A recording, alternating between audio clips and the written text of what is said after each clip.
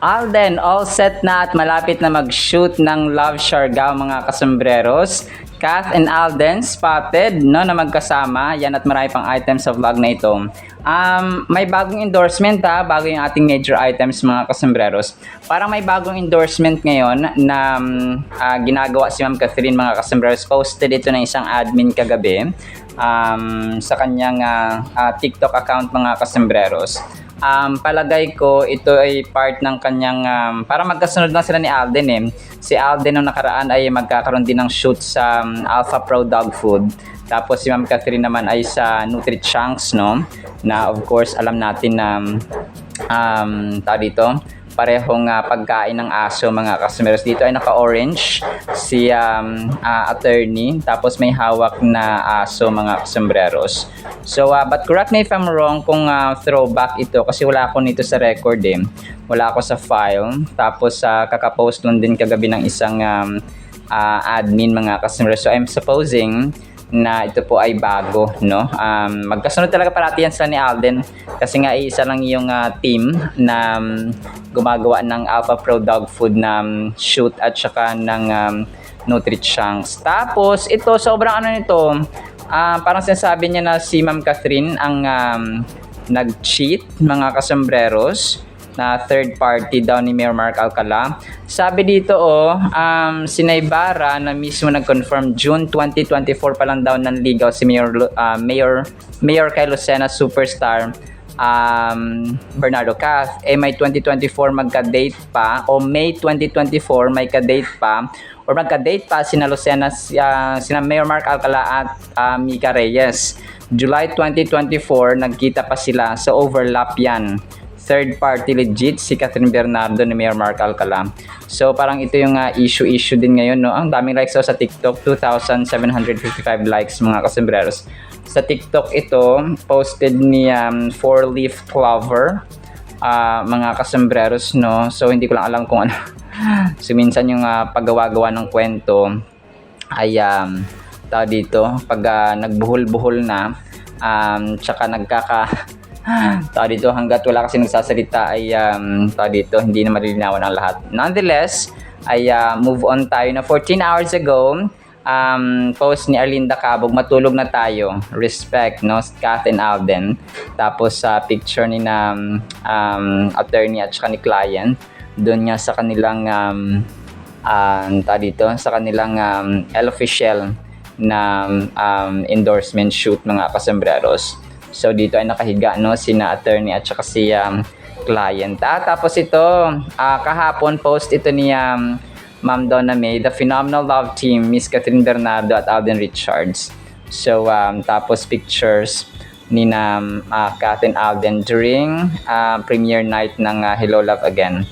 So daming likes, so almost 300 mga kasembreros yung kanyang reactions. Tapos 1 hour ago Shian Ro nag-post TCL ambassador si Ma'am Catherine mga kasembreros, no, dun sa kanyang TCL contract signing mga kasembreros. So ito po ay medyo matagal na, hindi naman matagal, parang last week mga kasembreros or more than or almost 2 weeks, no, yung nakalipas mga kasembreros.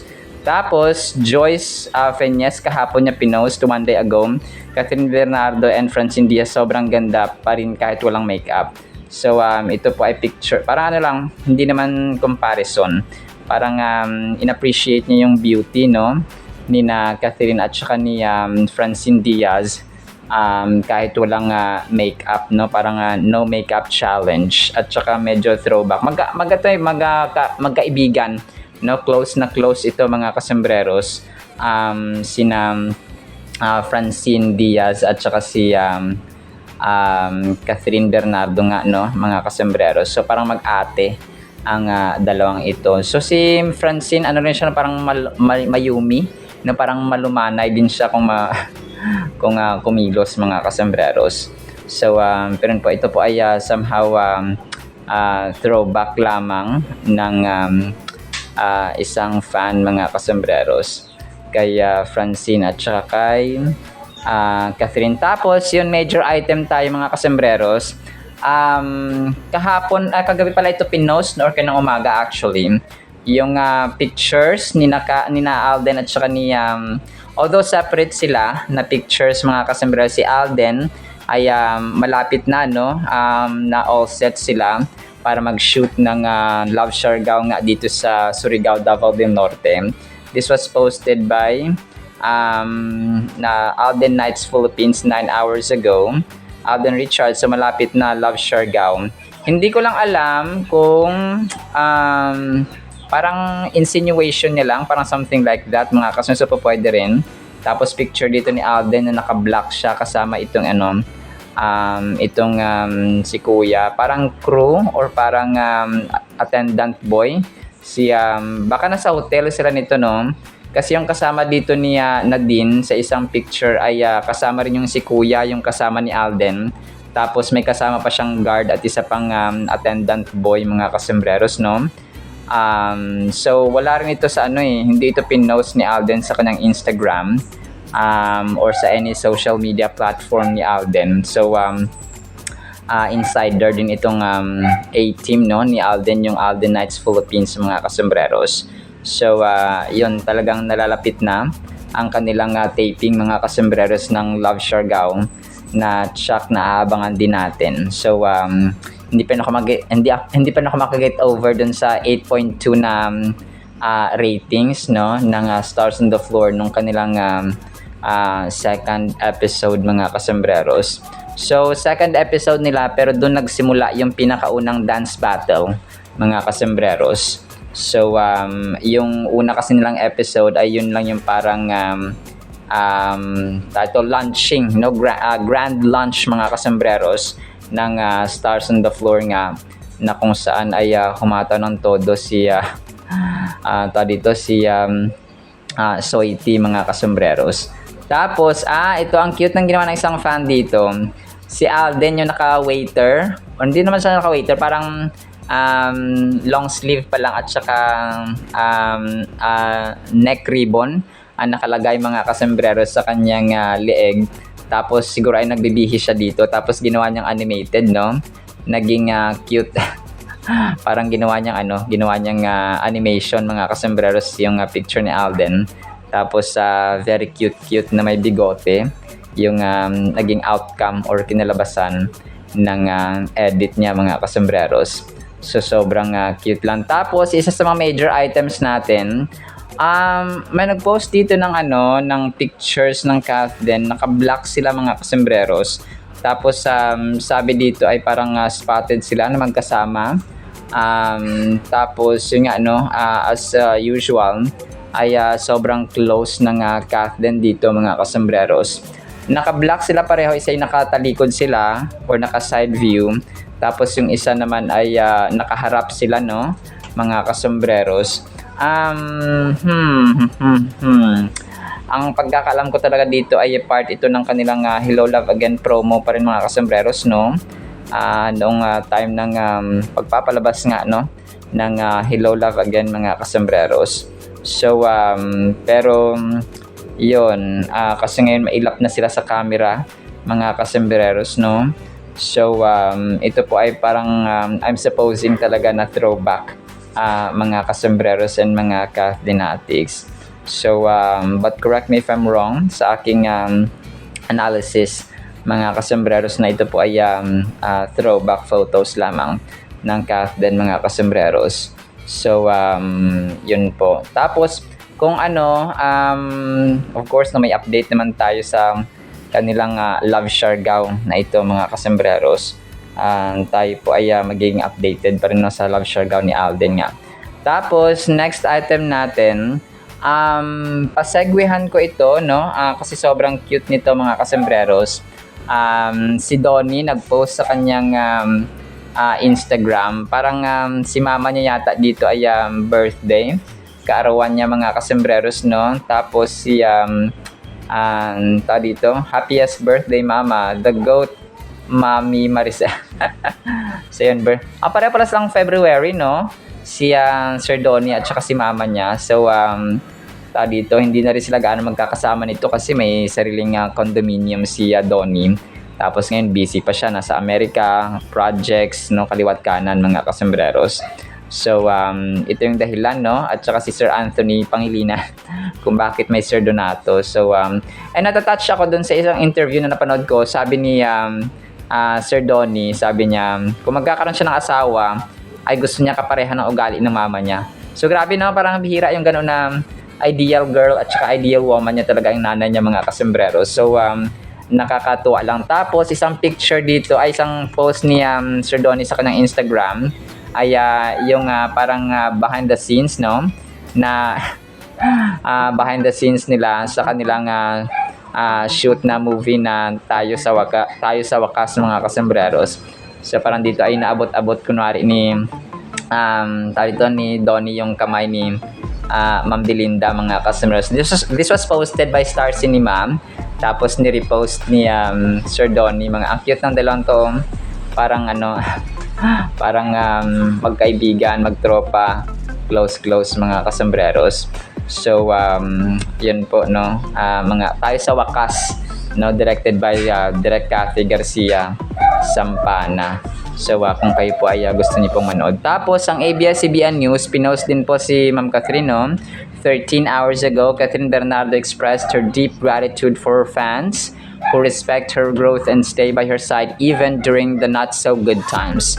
So yun po, tapos yung picture ni Catherine during sa BPI Direct Banco niya na event, mga kasembreros. Tapos ito, sobrang cute din ito. 4 hours ago, si Jenny Taps, no, nagpasalamat sa kanyang fans, sa kanyang mga followers, mga kasembreros, kasi naka-earn siya ng fan favorite badge, mga kasembreros. Tapos picture ito ni Alden, mga kasembreros, no, naka-black nga si Soiti dito na. So congratulations to all of us.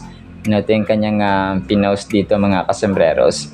So, tapos, next item natin, 14 hours ago, nakakatawa ito kasi yung nag-post dito ay si Edwards Dennis.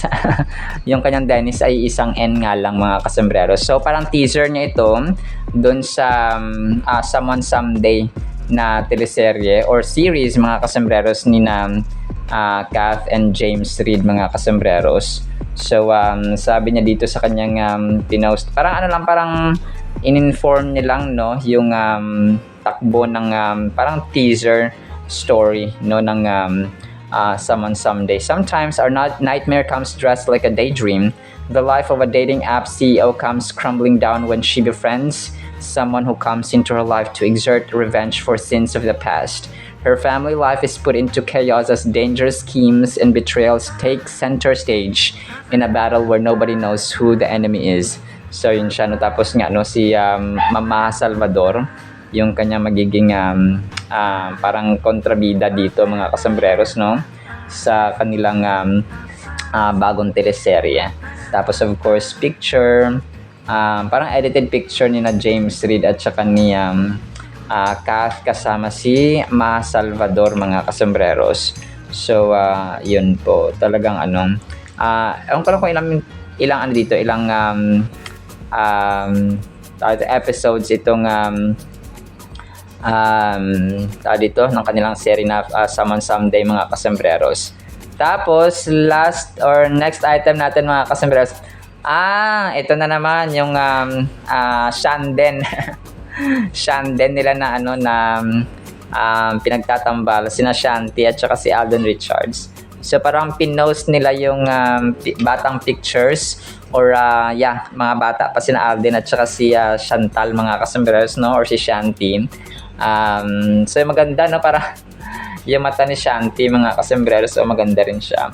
So pero yun po, na ito fan-made lamang po ito, kasi hinahangaan niya siguro si Shanti or parang naghahanap siya na pwedeng i-partner ni Alden sa kanyang buhay. May asawa, mga kasembreros, pero no, talagang we cannot dictate kasi ang puso, no, mga kasembreros, kapag ayaw, no, kapag gusto.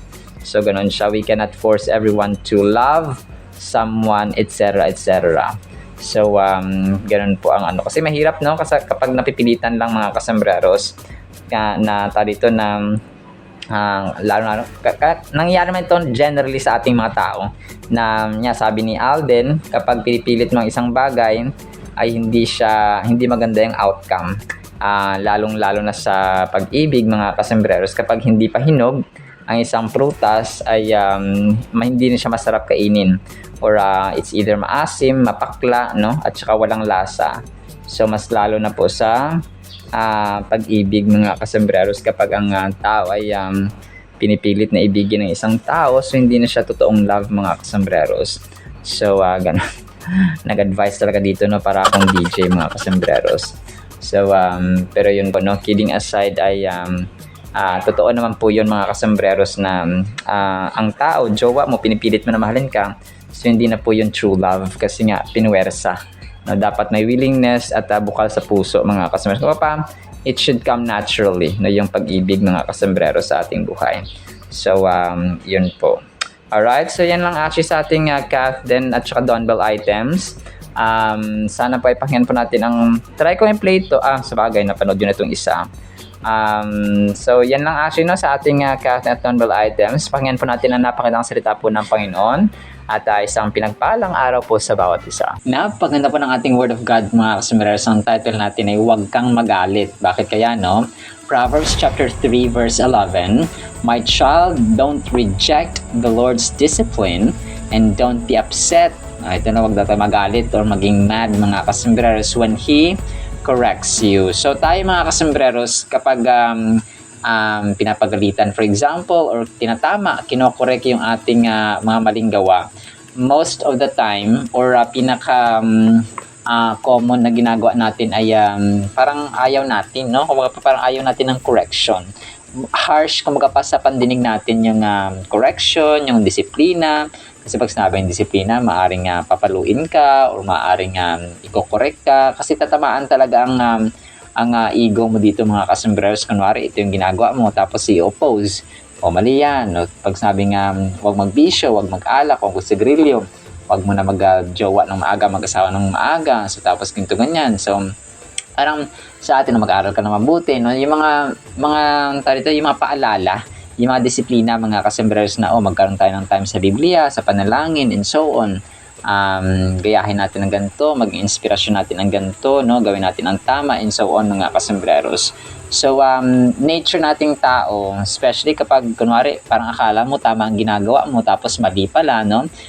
Tapos malaki na tayo, no? Para may sarili na tayong desisyon at saka pag-iisip.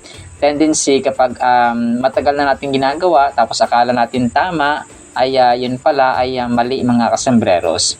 So yun yung tawag dito, yun yung tendency na parang nagre-react tayo, no? Ayaw nating mag-respond ng maayos or ng mainam, no? Kasi nga bihira sa mga tao na kinorek mo, ay salamat sa correction, no? Salamat sa disiplina, and so on. So bihira yung ganun, but that should be the nature or the response mga kasembreros na dapat nating gawin. Sabi dito ni Lord, no, ni Haring Solomon sa pamamagitan ng Proverbs chapter 3 verse 11, huwag tayong magalit every time we are being corrected, we are being disciplined, we are being redirected, no, sa tamang landas, sa tamang manners mga kasembreros. So mali pala yung landas sa tinatahak mo, itinatama ka lang, no? Ganun siya mga kasembreros. And nung bata tayo, talagang pag nakakarinig tayo ng ganito, ng ganyan, parang nagiging harsh tayo sa mga nagiging response natin. Parang ano ba yan? Parang nagagalit pa tayo mga kasembreros, no, kapag tayo po ay kinokorek or tinatama.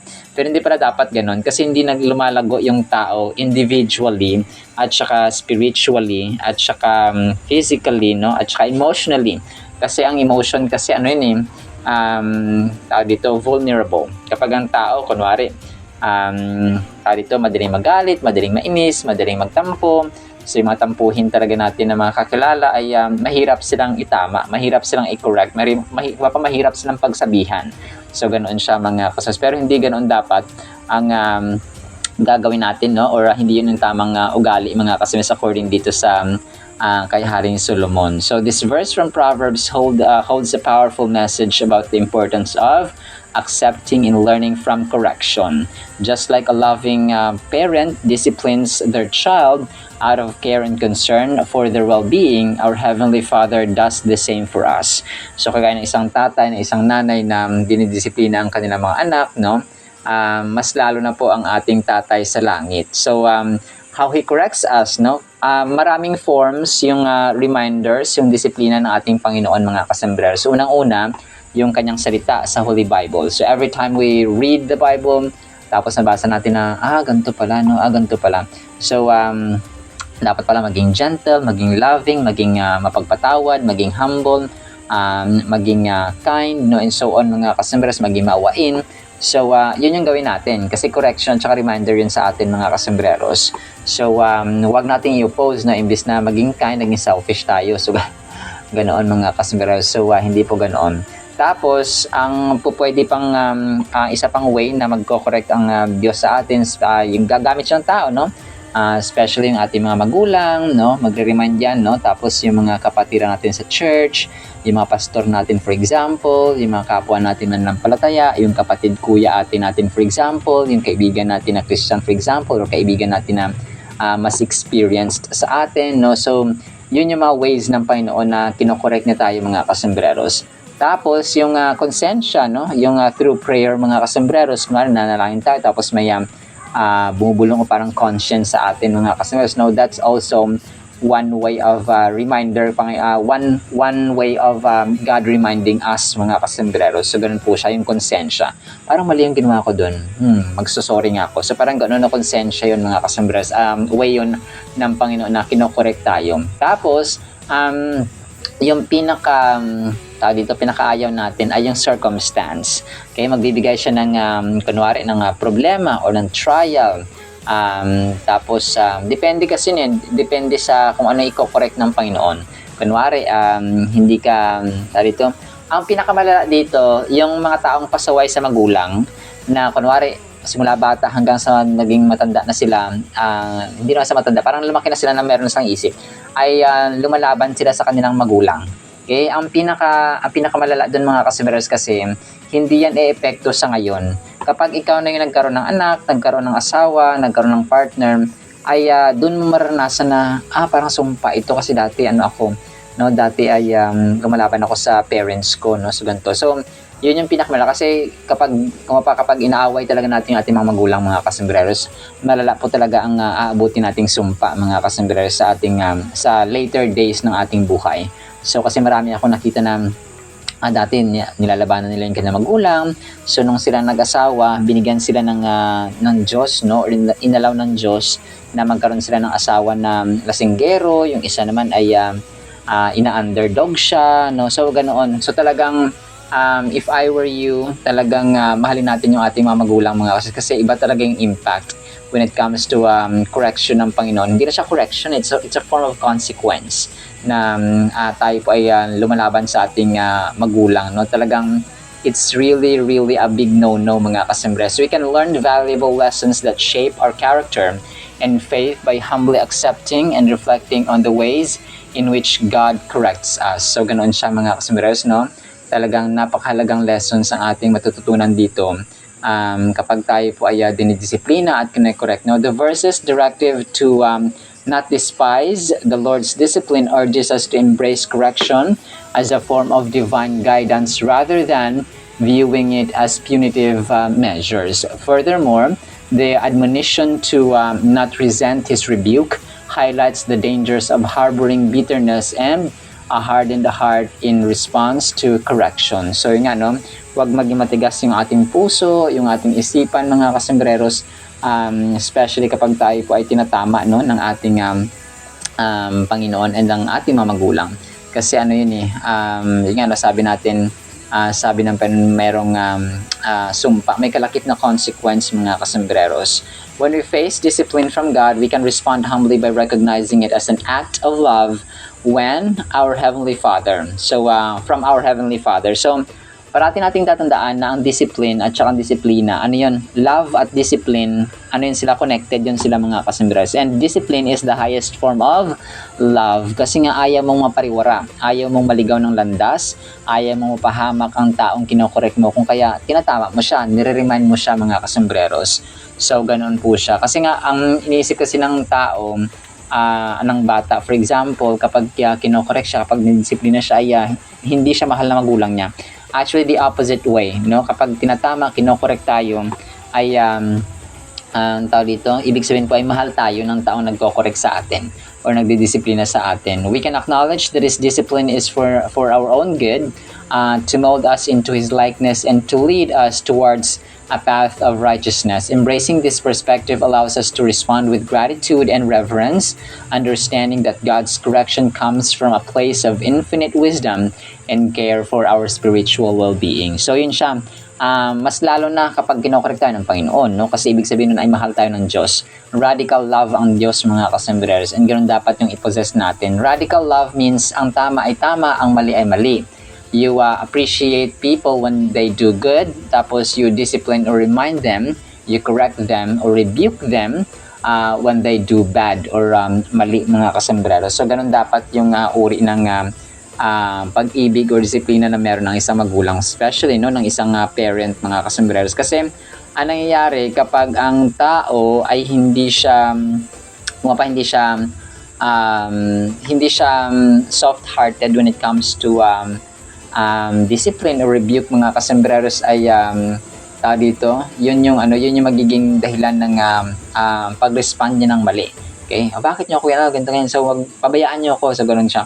So, ayaw na nating mangyari. Ayaw na nating maranasan yung ganun, mga kasembreros. Embracing this perspective allows us to respond with gratitude. So, dapat may pasasalamat, no? Kapag tayo po ay pinapagalitan. Because ibig sabihin nun ay tama at saka mahal tayo ng taong nagko-correct sa atin. So sa application natin, no, sa final thought, don't shy away from the lessons of life. Instead, take them head on, like a professional handling a tough project at work.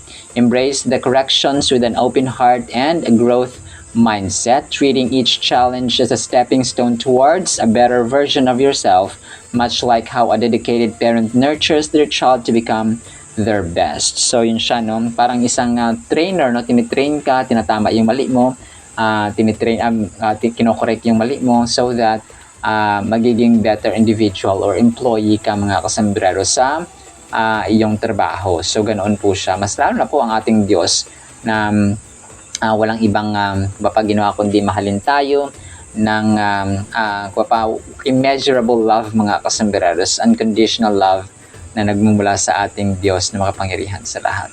So, embrace natin na masakit man ang correction, masakit man ang rebuke, masakit man ang discipline, pero yun yung magiging, yun yung magiging way, mga kasmas, para tayo po ay mas lalo pang lumago sa lahat ng aspects or sa ibang aspects ng ating buhay. Alright, so yun lang sa ating Word of God, ha? Naman po ipagpalain po tayo ng pag-ibig, pananampalataya, pag-asa, at isang pusong willing magpaturo at magpa-correct or mapagdisiplina. In Jesus' mighty, holy, sweet, magnificent name of the Lord Jesus Christ, we pray, with the communion of the Holy Spirit of the living God. Everyone said Amen and Amen. See you sa next segment, mga kasama. Paalam po. I love you.